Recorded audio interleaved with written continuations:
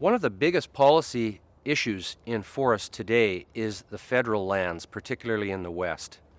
About 90 million acres of federal forests, the national forests in particular, are at risk of catastrophic wildfire because of two things. First, decades of fire suppression, of putting fires out and not letting them burn, something we have to do because there's houses and property and forest ecosystems. We don't want to lose them to a catastrophic fire, so we have to have fire suppression.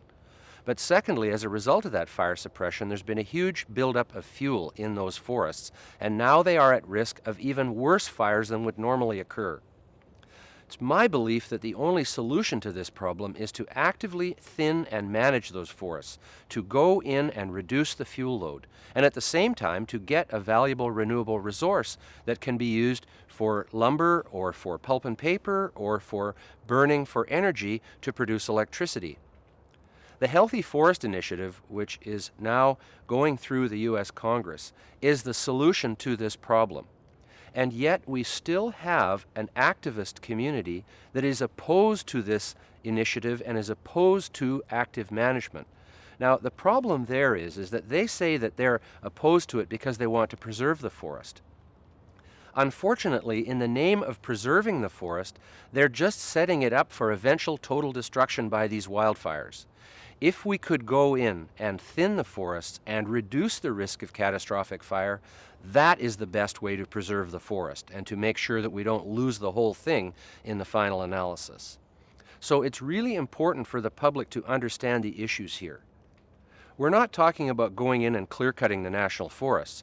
We're talking about reducing the risk of catastrophic wildfire by managing those forests for that purpose, by going in and removing fuel load, thinning the smaller trees out that will carry the fire into the upper crowns of the bigger timber, and sometimes removing big trees that are perceived as part of the fire hazard. Foresters understand how forest ecosystems work, and we need to let the professional foresters make the decisions about how to manage the national forests for the fire risk. I guess one of the most important public policy issues around forests is the management of the federal lands in the United States. That is, the national forests and the Bureau of Land Management lands. The national forests are managed by the Department of Agriculture through the U.S. Forest Service. The Bureau of Land Management lands are managed by the Department of the Interior. Now, both of those large areas of land are mainly in the western states, mainly in the western states and Alaska. But the majority of the politicians that decide on the fate of those lands are east of the Mississippi. So for 100 years, there's been this rather dysfunctional politic around the decisions that are made on the management of the federal lands in the West in particular. Take, for example, today the debate about the fire issue in federal lands. It's estimated that about 90 million acres of federal lands, mainly in the West, are at a huge risk of catastrophic wildfire because they haven't been managed. Well, also because fires have been suppressed over the decades. And a huge buildup of fuel and dead wood has accumulated in these forests. A lot of people believe that the only way to prevent these catastrophic fires from burning millions of acres and basically destroying the whole ecosystem every year is to manage them actively, to go in and thin the trees, remove the dead wood, and use it for productive purposes as a renewable resource. Other people, in particular the activist community, are basically against doing anything in these forests. It's my belief that that is the wrong approach because all it does is sort of in the name of protecting them, they're being set up for eventual total destruction by these catastrophic wildfires. That is why now a majority of politicians and leaders and their publics in the West support the Healthy Forest Initiative, which would allow for salvage logging in areas that are burned and would also allow for thinning and the removal of the catastrophic fire risk in millions of acres of land that are at risk of these fires.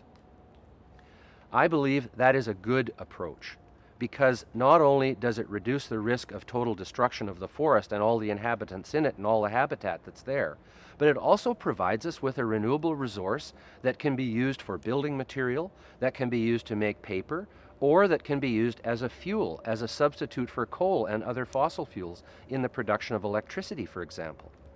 We should be growing more trees and using more wood, not cutting fewer of them and using less wood, as is the unfortunate policy of many in the activist movement, who I don't believe have connected the dots on our use of resources and the impact that that has on the environment. The fact is, the more wood we use, the less fossil fuel, steel, and concrete and other non-renewable resources we will use. This not only reduces the use of non-renewables, but it also reduces the emission of greenhouse gas from fossil fuel consumption. Greenhouse gas is what threatens climate change.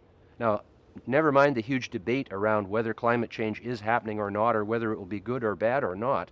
Just the simple fact that we depend so heavily on non-renewable fossil fuels is a good reason to try to emphasize renewables, such as wood. Wood is the most abundant renewable material on Earth. And trees and forests, thankfully, are perpetually renewable.